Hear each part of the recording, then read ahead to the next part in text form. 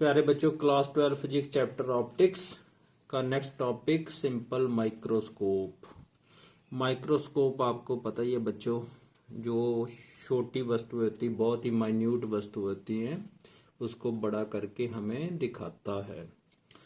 Simple magnifier भी कह देते हैं, माइक्रोस्कोप भी कह देते हैं। That is a converging lens of small focal length, जिसकी फोकल लेंथ कम होती है, वो लेंस।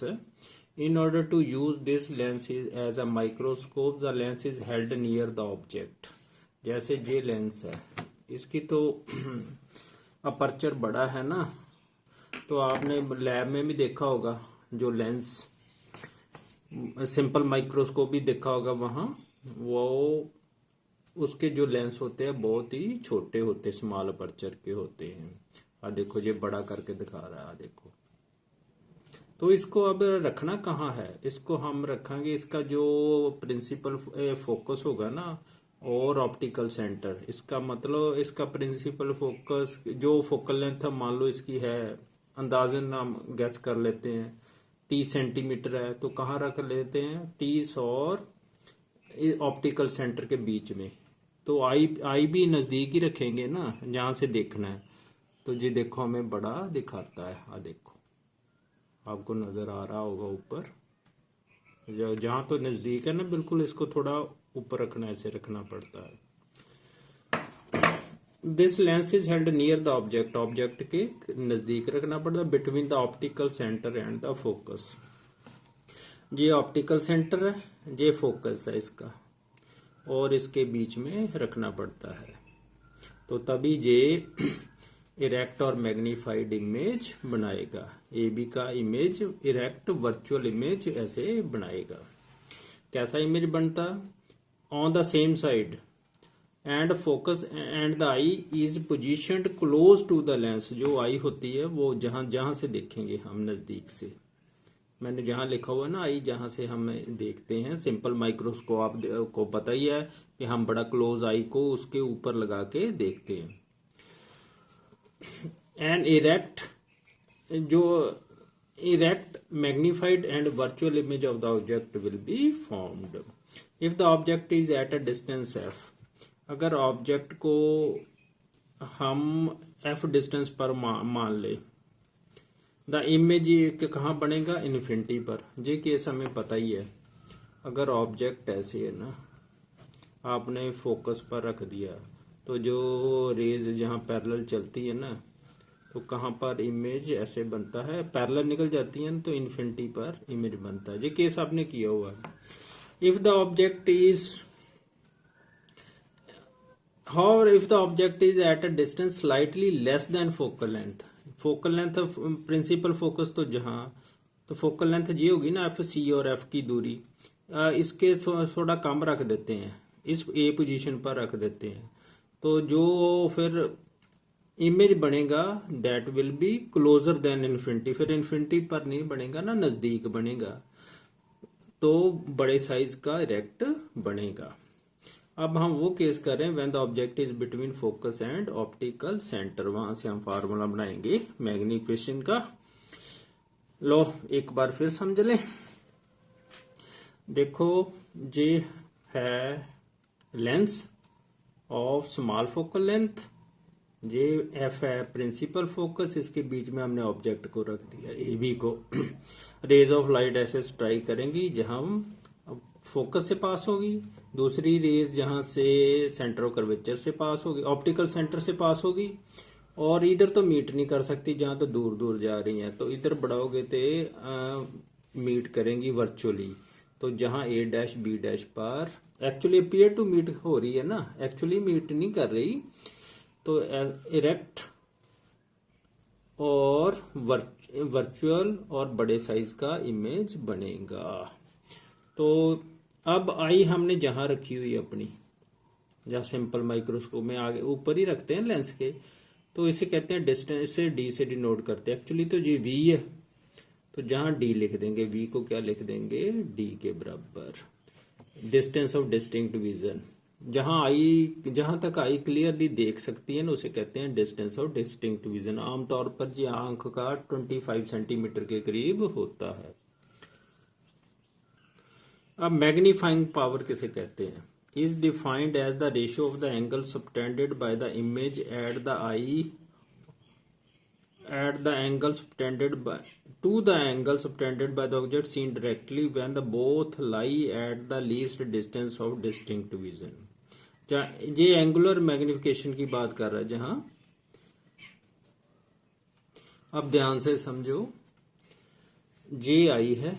अब हमने जहां लेंस नहीं रखा तो जहां ऑब्जेक्ट पड़ा हुआ है हमारा, ऑब्जेक्ट ए बी जे है ना, जे जहां पड़ा, अब लेंस नहीं है बीच में, तो आई जो जहां तक क्लियरली देख सकती है जे तो हो गया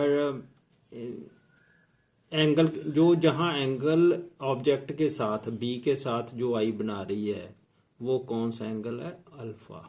जे तो हो गया ना, एक्सिस बन गए हमारे, प्रिंसिपल एक्सिस है, जे बी टॉप है जो ऑब्जेक्ट की, उसके साथ डायरेक्टली, अब आई डायरेक्टली देख ली जो इमेज आई में बन रहा है, कितने एंगल पे बन रहा है? अल्फा पे। अब क्या करते हैं हम, बीच में जे लेंस रख दे, देख रहे हैं ना, इधर आई तो इधर है ना हमारी, इधर शो की हुई है हमने, तो आई इधर है, जहां इधर से देख रहे हैं, जे लेंस आ गया अब बीच में, तो अब इसका जो इमेज कहाँ बन रहा है? ए डैश बी डैश पर। तो अब इधर आई है, तो जहां मान लो जहां आई है सी पॉइंट, इधर से देख रहे हैं, तो जहां अब एंगल कितना बन रहा है? बीटा। पहले बिना लेंस के कितना बन रहा था? ये ऑब्जेक्ट का एंगल था, जे किसका एंगल है? इमेज का। अब जो मैं दोनों फिगर्स इकट्ठियां कर दूं तो ऐसे, जहां मैं ड्रा कर देता हूं, एक जैसी कर देते हैं ना, इसका नाम क्यू रख लेते हैं, चलो ए डैश क्यू, ये ऑब्जेक्ट का साइज है, और इसके साथ मिला देंगे तो दोनों फिगर्स ना इकट्ठी हो जाएंगी। फिर फिगर तो इकट्ठियां ही चाहिए ना, लो, तो ये एंगल कौन सा है फिर? अल्फा, जो मैंने ऊपर समझाया आपको। तो ये एंगल जो इमेज के साथ बन रहा है, जब लेंस रख दिया तो बीटा था। तो ये डिस्टेंस ऑफ डिस्टिंक्ट विजन ये बता दिया आपको। अब मैग्नीफाइंग पावर एम, जहां से हम डेफिनेशन से निकालते हैं, ये angle of image made by image subtended by image बटा angle subtended by the object, beta बटा अल्फा, बीटा बटा अल्फा। ये मैग्नीफाइंग पावर आ गई हमारे पास। अब alpha and beta are very small. अब पर्चर हम स्मॉल लेते हैं ना लेंसेज का, छोटे छोटे लेंस होते हैं, आप देखते हैं माइक्रोस्कोप में लगे, उसका पर्चर बहुत कम होता है, तो एंगल अल्फा और बीटा भी स्मॉल होंगे। Alpha and beta are very small, इसलिए बीटा को टेंजेंट बीटा लिख सकते हैं, अल्फा को टेंजेंट अल्फा। अब टेंजेंट बीटा किसके बराबर आ गया? परपेंडिकुलर बटा बेस होता है ना, ए बी बटा ए सी, और टेंजेंट अल्फा कितना होगा? ए डैश क्यू बटा इस ए डैश सी, ए डैश सी। अब जो ए डैश क्यू है तो लिख लेते, but A dash Q A B के बराबर है। देखो A dash Q A B rectangle बनी, अपोजिट साइड इक्वल होगी, तो ए बी बटा A C into A dash Q को क्या लिख देंगे हम? ए बी, तो लिख लेते हैं। तो जे ए डैश क्यू की जगह मैंने लिख दिया ए बी, तो ए डैश सी ऊपर चल जाएगा,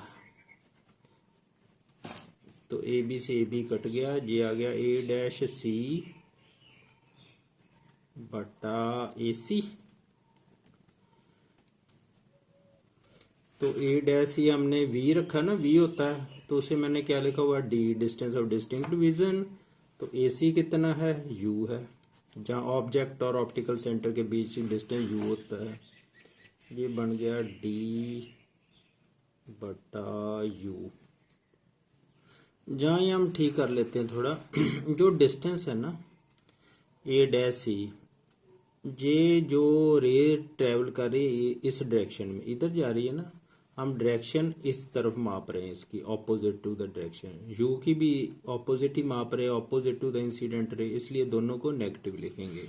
इसलिए जहां ही माइनस डी लिखेंगे, यू को क्या लिखेंगे माइनस, माइनस से माइनस कट गया तो ये आ गया डी बटा यू। ये अकॉर्डिंग टू साइन कन्वेंशन है। तो बच्चों ये मैग्निफिकेशन आ गई m is equal to d बटा यू। जहां मैग्निफिकेशन डी बटा यू निकाल लिया हमने। अब u की वैल्यू हम फार्मूले से रिप्लेस करेंगे। तो ये फार्मूला हमने पढ़ा हुआ 1/v minus 1/u is equal to 1/f। ये लेंस फार्मूला है। आप इसमें v कितना है माइनस डी, ये आपको मैंने बताया है। इमेज वर्चुअली इधर ही बन रहा है ना, opposite to the incident ray ये डिस्टेंस है।